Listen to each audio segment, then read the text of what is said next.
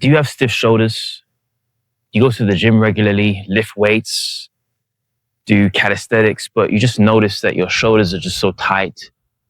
And you've noticed as well that you just don't feel like your testosterone levels are where they should be. Perhaps you got measured and you found that you had issues and you wondered, not getting morning wood. Why would this be the case? I am here to share what I have learned from curing a bad varicocele that I had for almost 2 decades. And one of the key things to understand is that when you're looking at the stiff shoulders, you're looking at a problem with anatomical alignment. There's a misalignment in your body. I also had cervical scoliosis as well.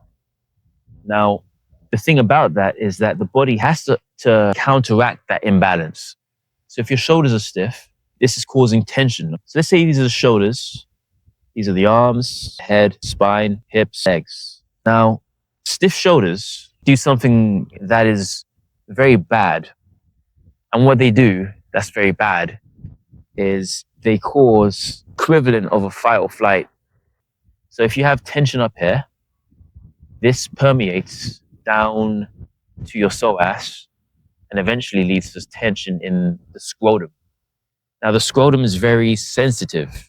Anything that can create a lot of pressure on the pelvic floor and around the pelvis is not good. So if you have tight shoulders, it becomes something that becomes systemic. It's not just your shoulders, you also have problems now permeating further down in your body.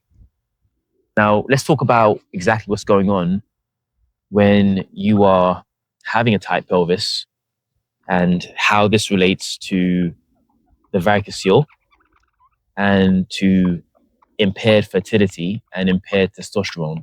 So let's talk about the testes. So testes, the more healthy, this is the more testosterone. And that's relative to what your baseline is, which also means the more fertility. Because if your testosterone is operating as it should, this has a good effect on your fertility. If it's not at where it should be, this can have a detrimental effect on your fertility.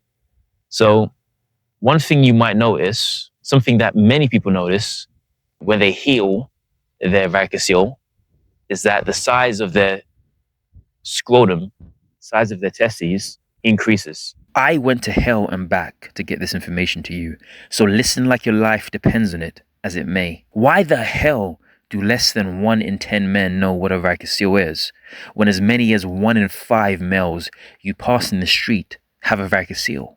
A varicocele is a damaged veins in the scrotum that can ruin your life and future very easily. The veins stop pumping blood back properly. Then this builds up toxins and heat and drops your testosterone and more. Varicoceles change personalities and ruin lives, turning you from full of fire and zest to mediocre at best, with less confidence, with more infertility, and being more sedentary. Even if you had surgery, you sense you still don't have access to your full powers. There's more fire to claim. A varicocele is only a warning alarm of more of an issue that needs to be corrected mechanically. Click the link to learn more. Go on. Scroll down to the description link in this video and open the first link. I dare you to reclaim that fire. The testes is responsible for producing almost all of the testosterone in the body. So the bigger your balls, the more testosterone.